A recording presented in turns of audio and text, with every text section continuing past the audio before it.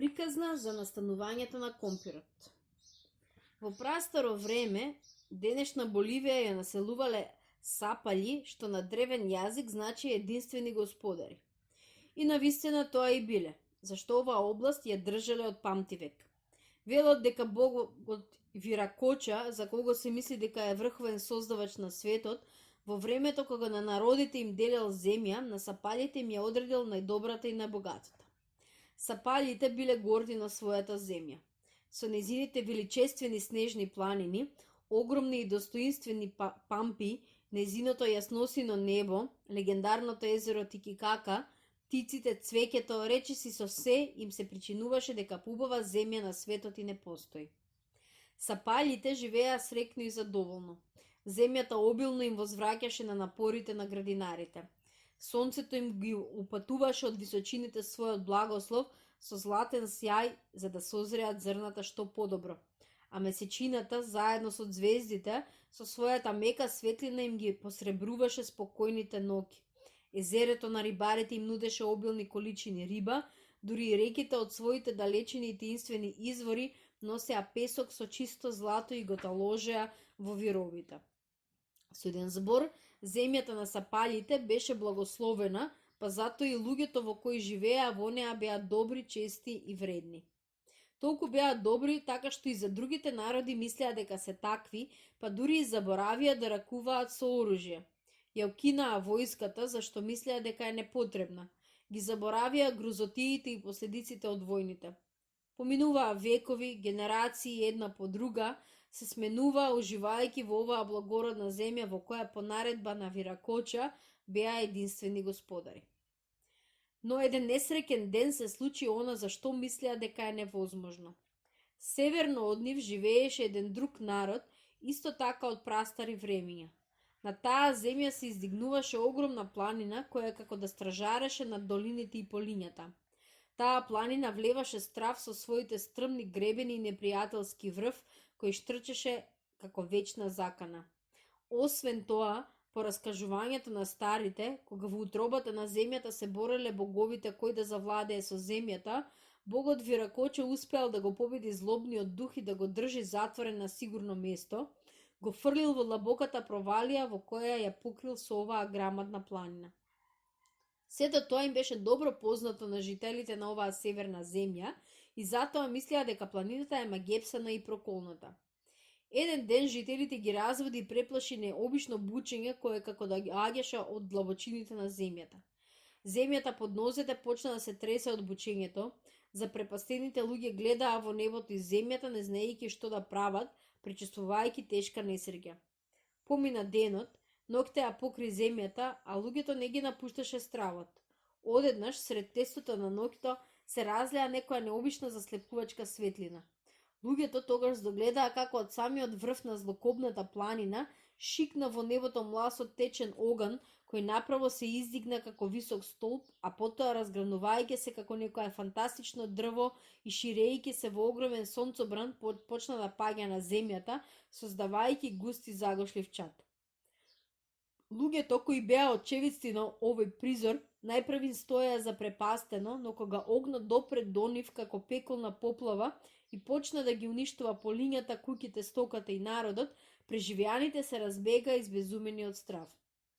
Целата област за миг се претвори во ужасно море од оган и пепел. Тој страшен настан всушност беше оживувањето на вулканот Мисти, познат по своите постојани ерупции.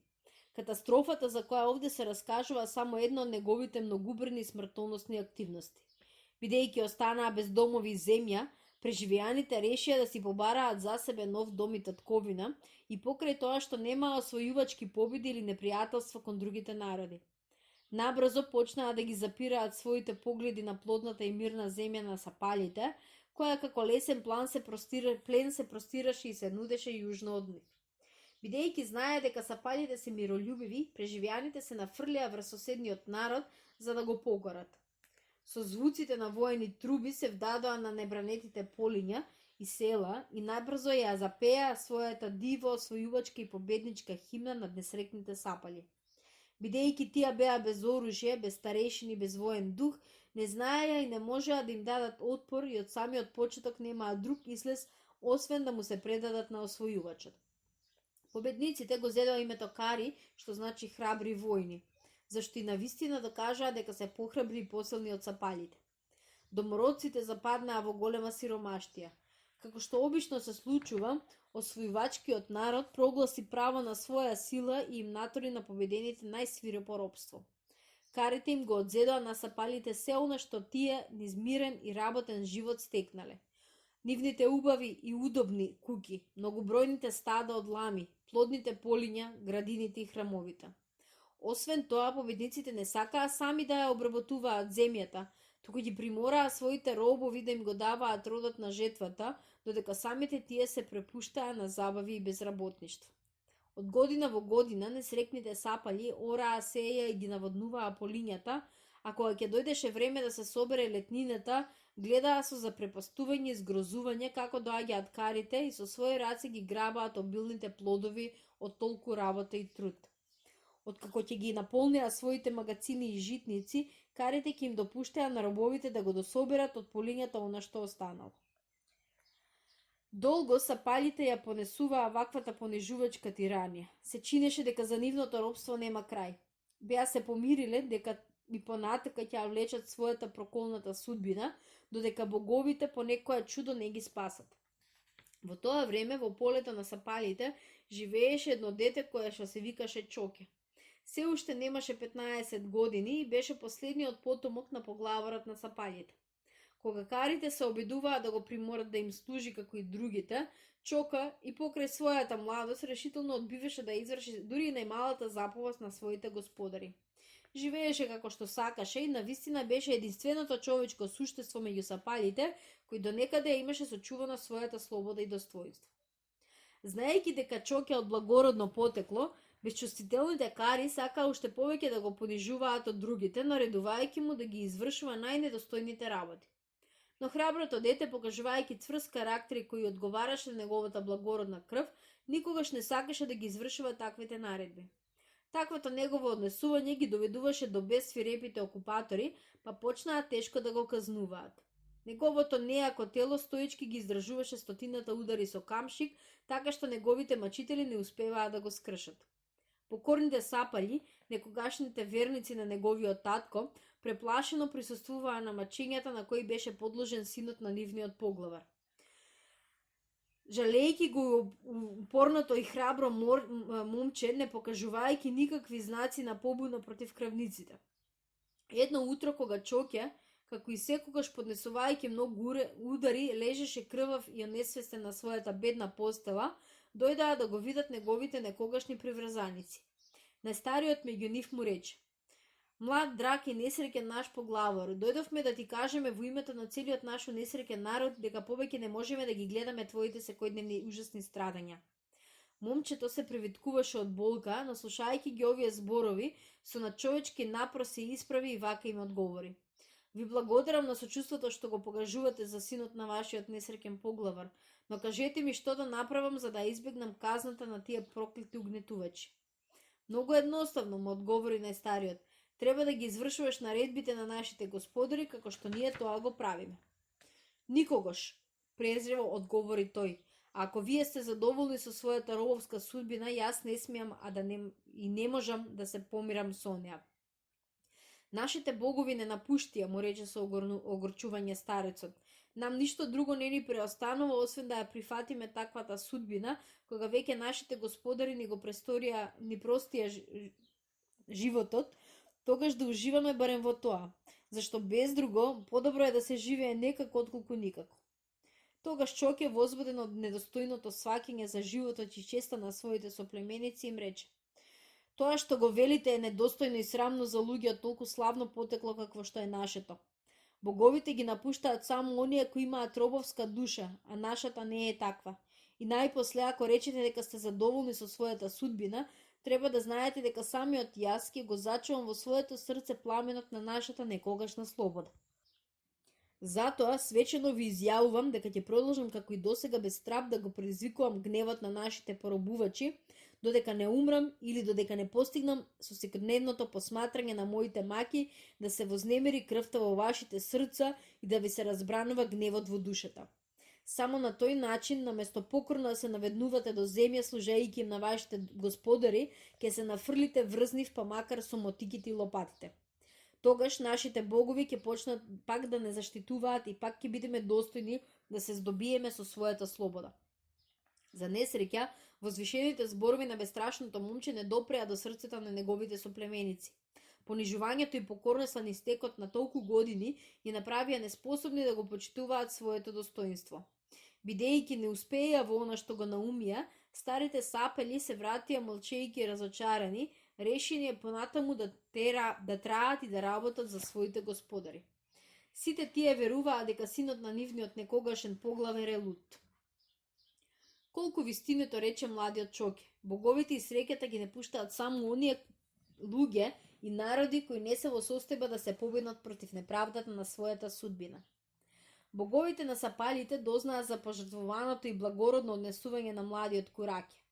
Видеа дека пламенот на слободата се уште не искаснал во племето Сапали, дека во нејаките гради на ова момче се уште се одржува како драгоценост, како искрена благородна љубов кон поробената татковина, дека во тој народ кој несреќата го претворила во покорно јагне, постои возвишен дух способен да ја спаси честа на пониженото племе.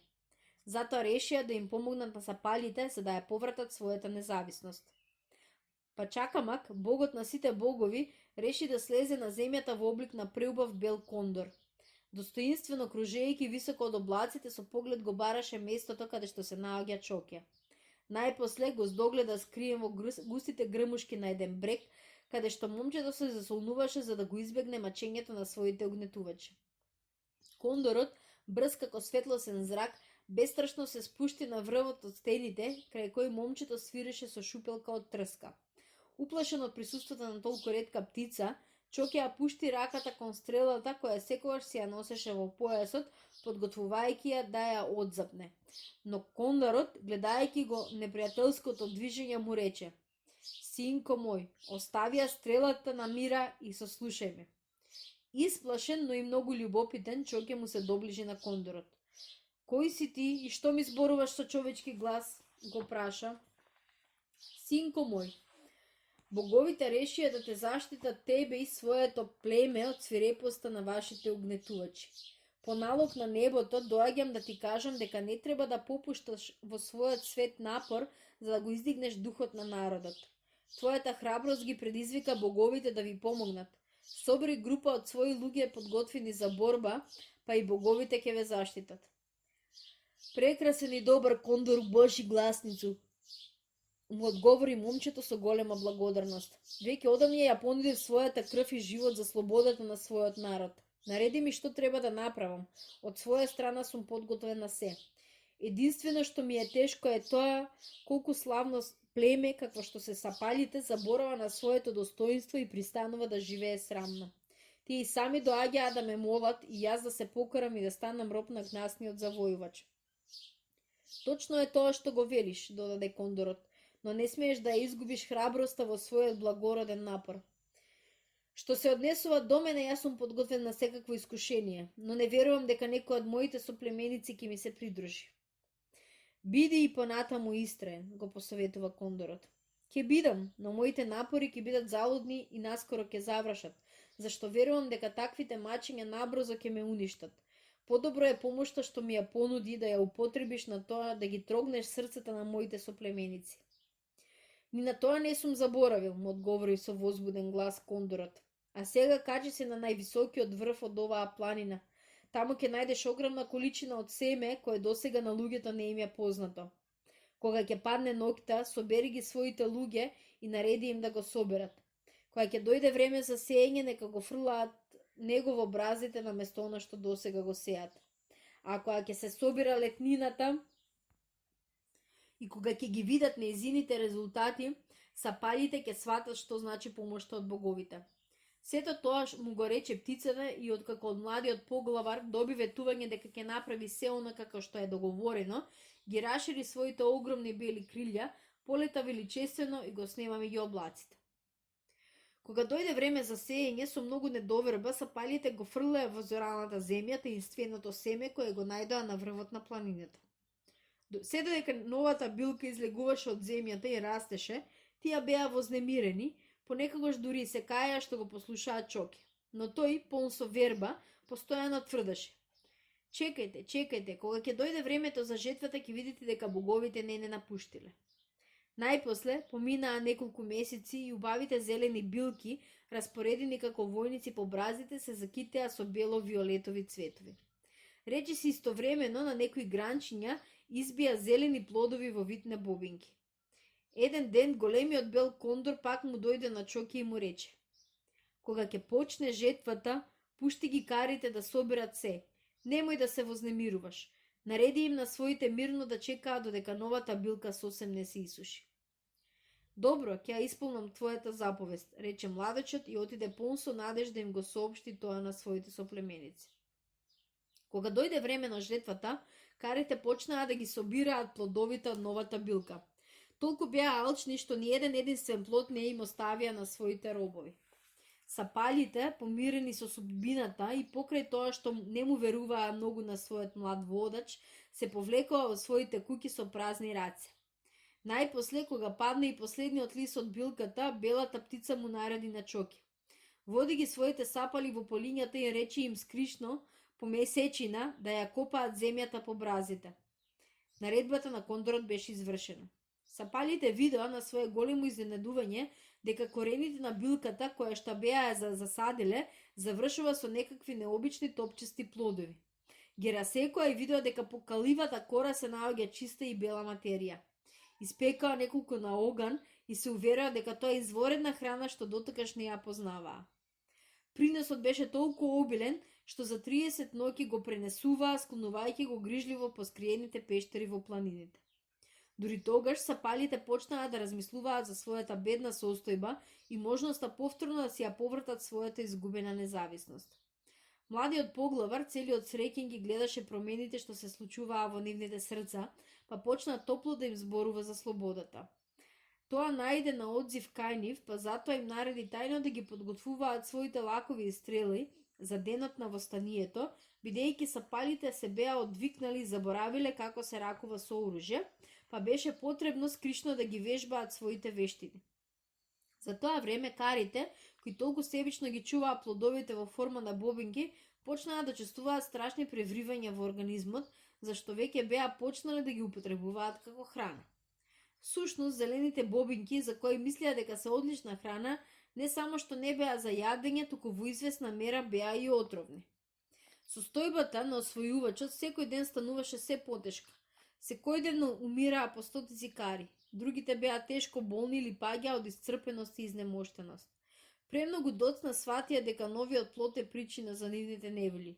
И тогаш, разлутени на своите робови, почнаа да се подготвуваат свирепо да ги казнат.